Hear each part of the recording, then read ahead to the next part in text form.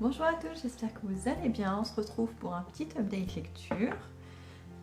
J'ai seulement 3 lectures à vous présenter. J'ai hésité à attendre un petit peu d'en avoir une 4e ou une 5e, mais finalement, quand le temps passe, après j'ai peur d'oublier des choses. Et là, vu que ce sont de très très bonnes lectures, j'avais vraiment envie de partager ça avec vous le plus vite possible. Je me suis fait une petite infusion.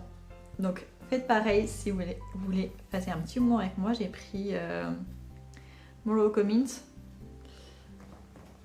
Elles sont très très bons. Il y a de la menthe, de la verveine, des épices. Franchement, elle est top avec un petit peu de miel. C'est vraiment super. Alors, je m'installe. Donc, je vous disais, j'ai 3 livres à vous présenter. On va commencer par un thriller dont je vous avais parlé dans un book haul il n'y a pas très longtemps. Il s'agit de bonnes raisons de mourir de Morgane Audic. Donc comme je vous disais, j'ai découvert cet auteur grâce à Séverine d'Il est bien ce livre, parce que au mois de septembre, oui je crois que c'est au mois de septembre, cet auteur a sorti un nouveau livre et il avait l'air d'être génial et apparemment celui-ci aussi qui est sorti il y a quelques années était vraiment top. Et donc je me suis dit pourquoi pas le tenter parce que j'évite d'acheter ceux qui viennent juste de sortir parce qu'ils sont très chers et qu'on les trouve pas d'occasion. Donc c'est pour ça que souvent je me rabats sur des livres qui sont un petit peu plus... que je peux trouver d'occasion tout simplement. Et donc voilà, donc c'était l'occasion.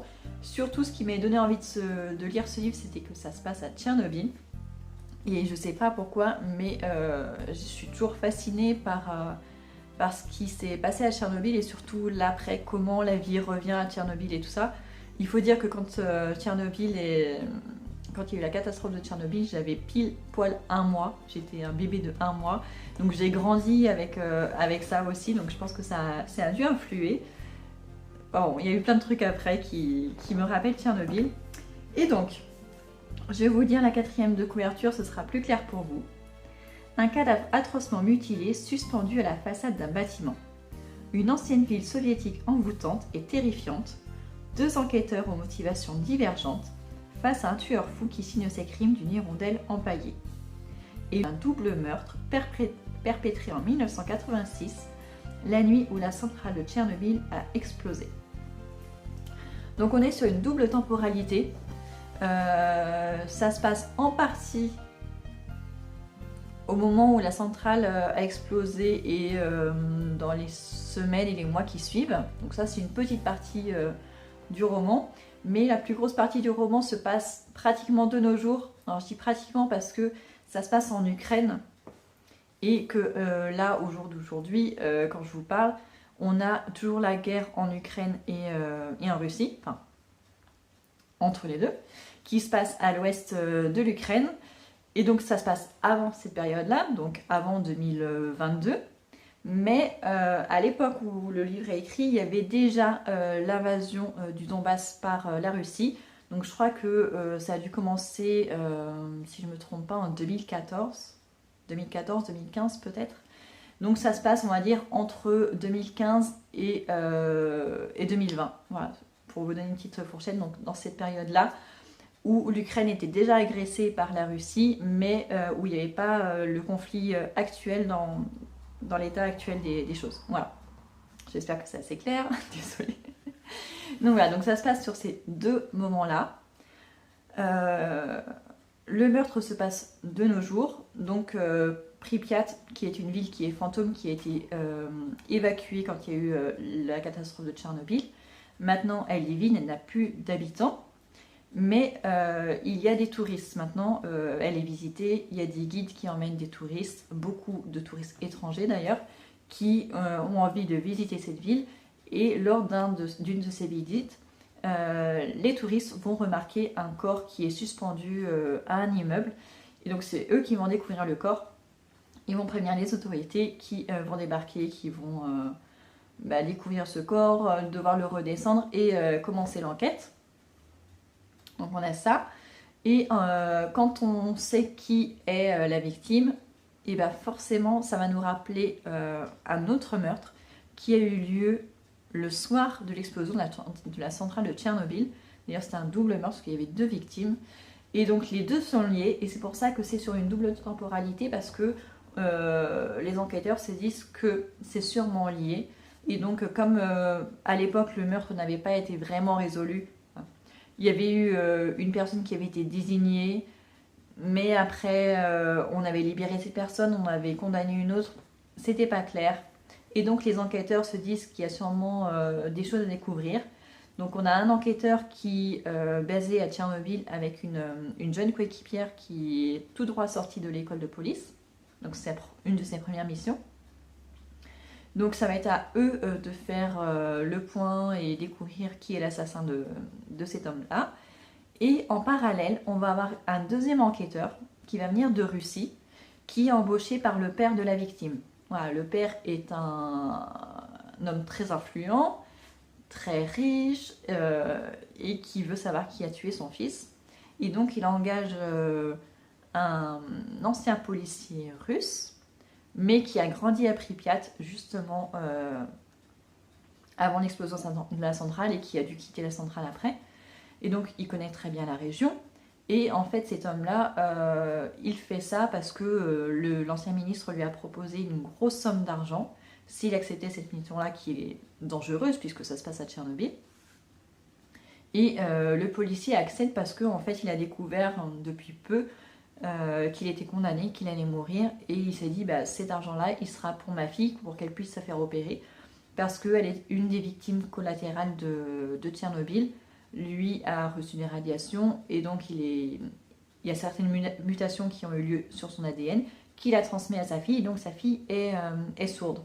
Et donc cet argent pourra lui permettre de faire opérer sa fille pour qu'elle n'ait plus ce handicap. Donc voilà pourquoi il accepte malgré tous les dangers. Et donc ces deux enquêtes qui sont totalement différentes, une qui est officielle et une qui est officieuse, et bien au bout d'un moment elles vont se rencontrer. Et ce sont deux enquêtes très différentes qui sont très intéressantes parce qu'on a l'enquête officielle avec des personnages qui ont leurs blessures, un passé compliqué, qui vivent dans une zone très dangereuse. Donc il y a énormément de dangers. Ils doivent malgré tout faire leur travail le mieux possible dans ces conditions-là. Et de l'autre côté, on a cet homme qui sait qu'il va mourir, qui doit faire une mission très dangereuse aussi, il doit retourner en Ukraine. Il n'y était pas allé depuis très très très longtemps. Donc voilà, on a le goûter est prêt. On a ces deux enquêtes en parallèle qui vont finir par se rejoindre. Et autour de ça, on a plein de choses très intéressantes. Les deux enquêtes en elles-mêmes sont très intéressantes, mais l'ambiance, les descriptions de l'Ukraine d'aujourd'hui, de l'influence qu'a encore la Russie, mais aussi l'influence qu'a l'Europe occidentale. Voilà, l'Ukraine, elle est vraiment prise entre deux choses, entre les communistes d'un côté, l'Occident de l'autre. Et on voit que pendant ces 30 ans, donc entre l'explosion de la centrale, après il y a eu l'effondrement de l'URSS, il y a eu beaucoup de choses qui sont passées en Ukraine. Et du coup, l'Ukraine, aujourd'hui, enfin, il y a quelques années, elle se retrouvait un petit peu dans ces eaux-là, dans cette zone difficile, qui essaie de se reconstruire, de se relever, mais qui en même temps a une catastrophe nucléaire sur son territoire, ce qui fait que beaucoup de territoires sont contaminés. Et malgré le fait que cette zone soit normalement interdite, elle a été vidée de ses occupants, il y a des murs, des barbelés qui font que normalement les gens ne sont pas censés pouvoir y aller. Et pourtant, on se rend compte qu'il se passe plein de choses finalement dans cette zone qui est interdite. Il y a des gens qui sont retournés y vivre malgré les dangers, parce que finalement, ils n'ont rien à perdre. Souvent, ce sont des personnes âgées qui veulent retourner là où elles ont vécu la plus grande partie de leur vie.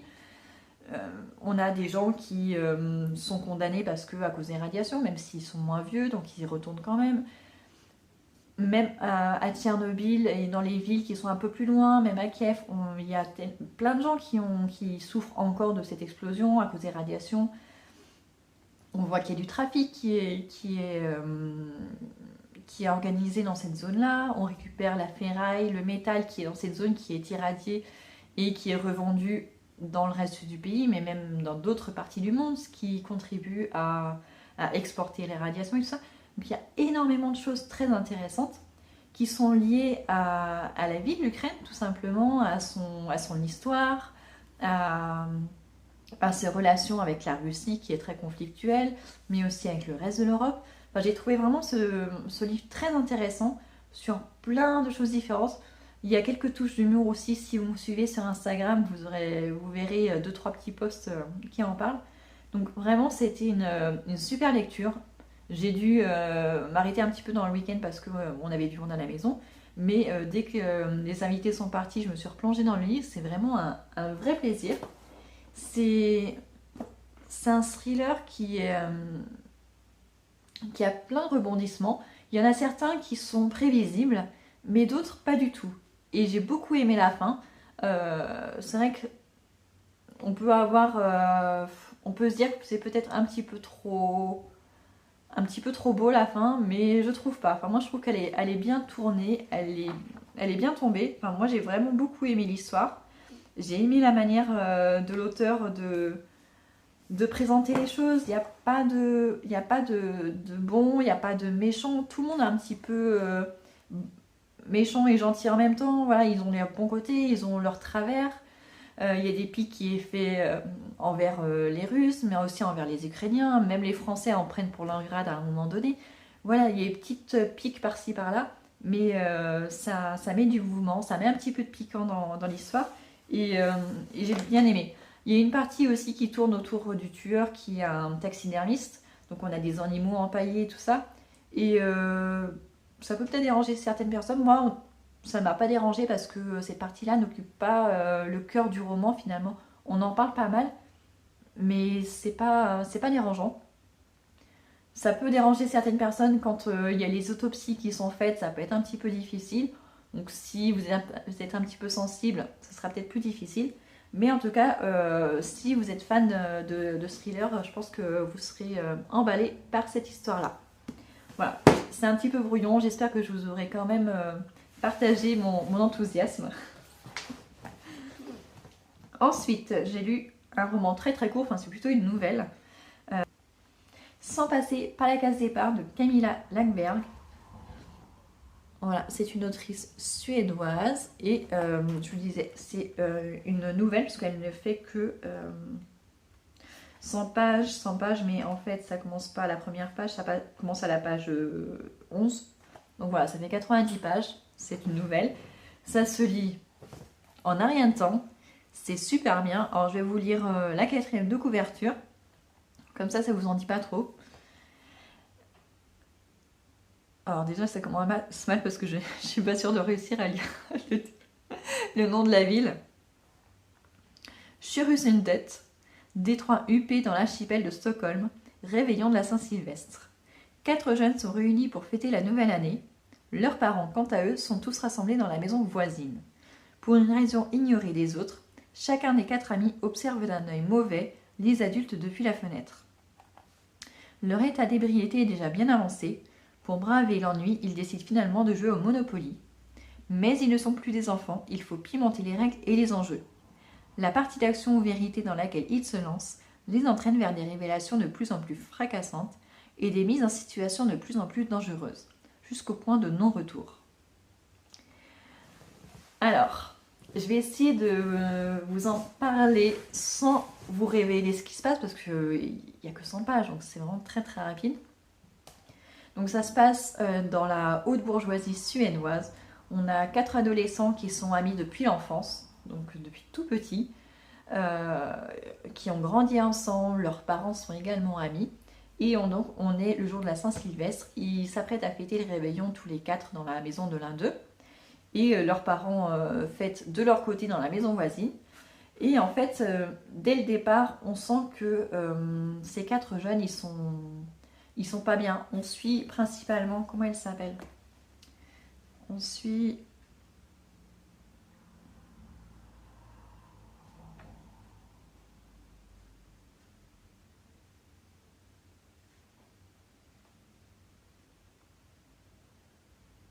Ah oui. On suit Liv. Après, il y a ces trois amis, mais c'est vrai que c'est surtout tourné autour d'elle. En tout cas, on commence avec elle et tout le petit groupe tourne autour d'elle.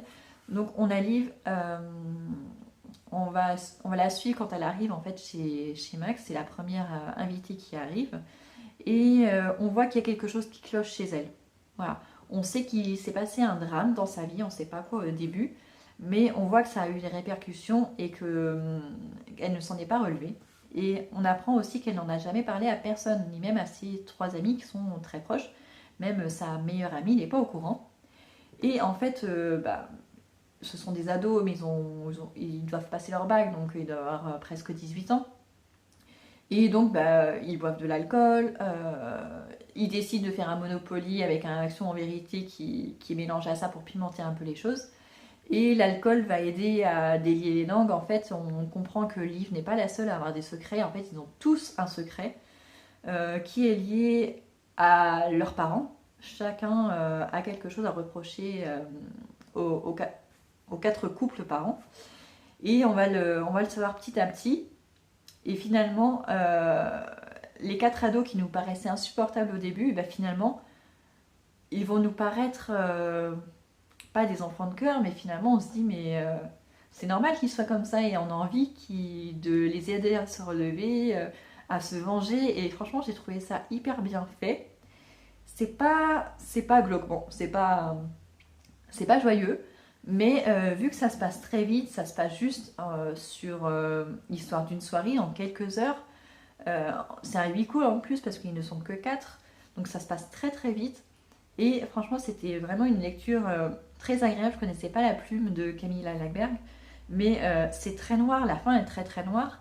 Mais on se dit que c'est mérité. Voilà, j'ai pas été du tout choquée par la fin. Au contraire, j'ai trouvé ça vraiment... j'ai trouvé que ça tombait sous le sens. Et il n'y avait même pas besoin de suite. C'était vraiment, mais j'ai trouvé que c'était parfait. Le timing, il est parfait. Et donc, j'ai beaucoup aimé. Je trouve ça chouette d'avoir des thrillers comme ça, sous forme de nouvelles. Ça... Voilà, j'ai beaucoup aimé. Je sais pas ce que je pourrais dire de plus, parce que sinon, après, je vais vous dévoiler trop de choses. Mais voilà, ça se passe en Suède, donc c'est un univers qui est assez proche de nous.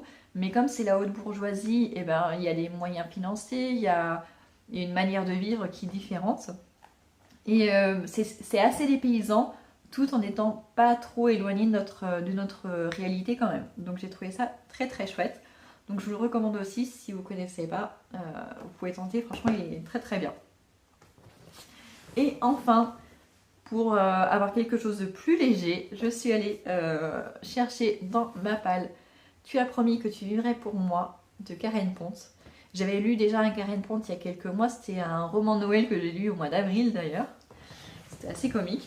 Et du coup, j'avais beaucoup aimé son humour et je m'étais dit, il faut que j'en lise d'autres.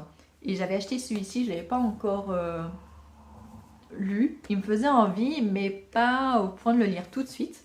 Et là, je me dis que c'était le bon moment parce qu'après 2 thrillers, même si j'adore les thrillers, j'ai besoin de couper. Parce qu'en plus, ce sont 2 excellents thrillers que j'ai lus. Et je me dis que si j'enchaîne sur un autre thriller, mais qu'il est moins bon, et je vais peut-être pas l'apprécier à sa juste valeur. Donc c'est pour ça que j'aime bien changer un petit peu de genre de temps en temps pour justement plus apprécier les livres dans leur style vraiment.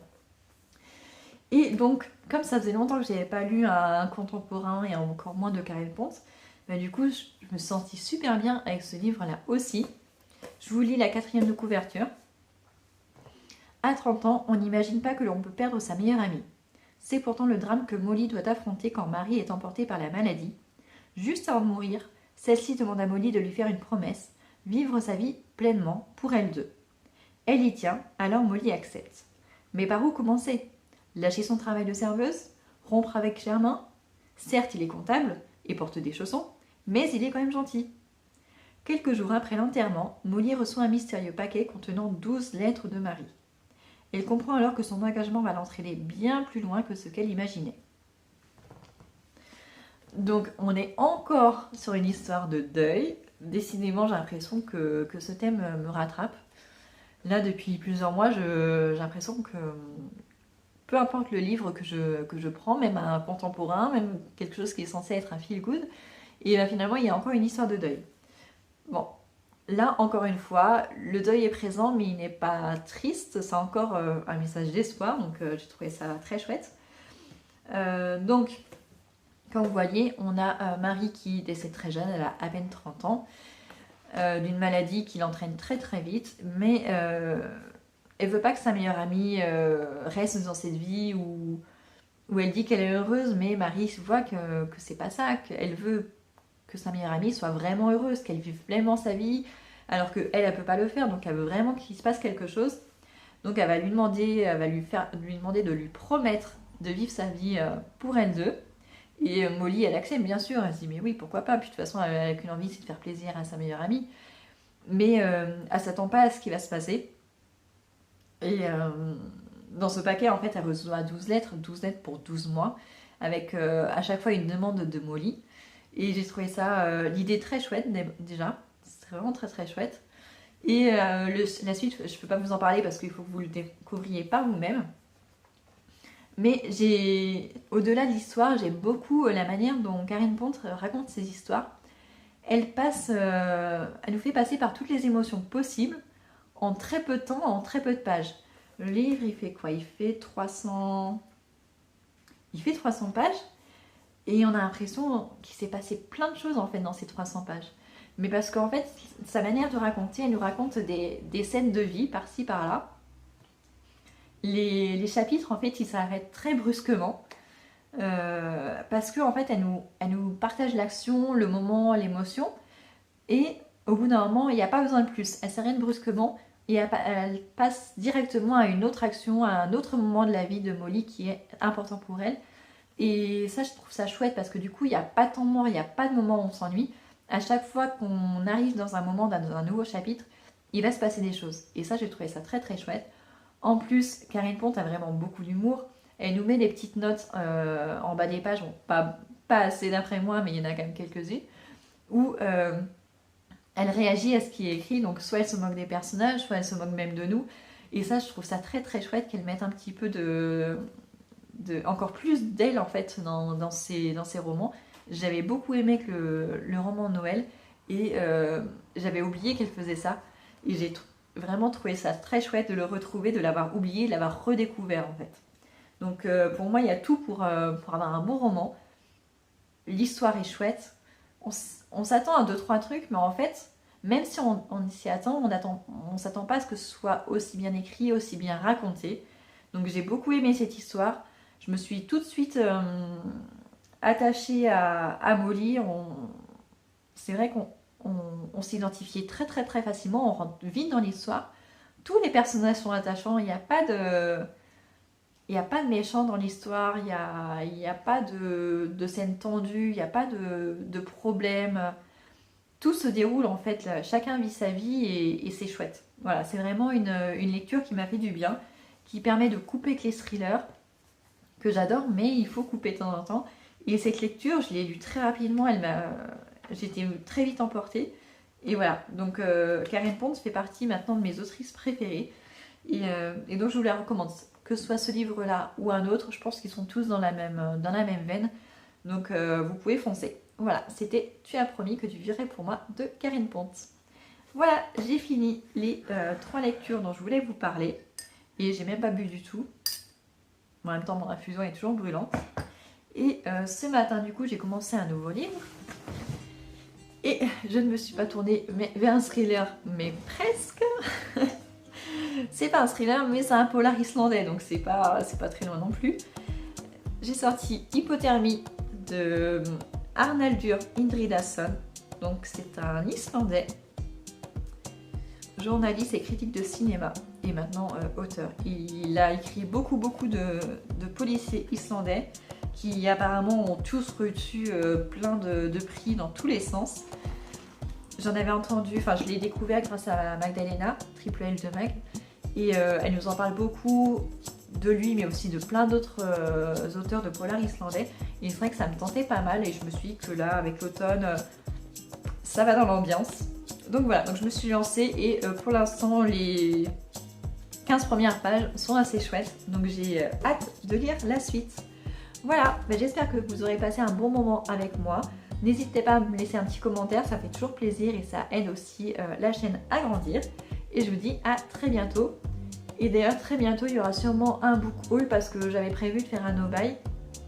J'ai résisté quelques semaines mais ce matin je me suis un petit peu lâchée. Donc vous risquez d'avoir bientôt un book haul. Voilà, à très bientôt.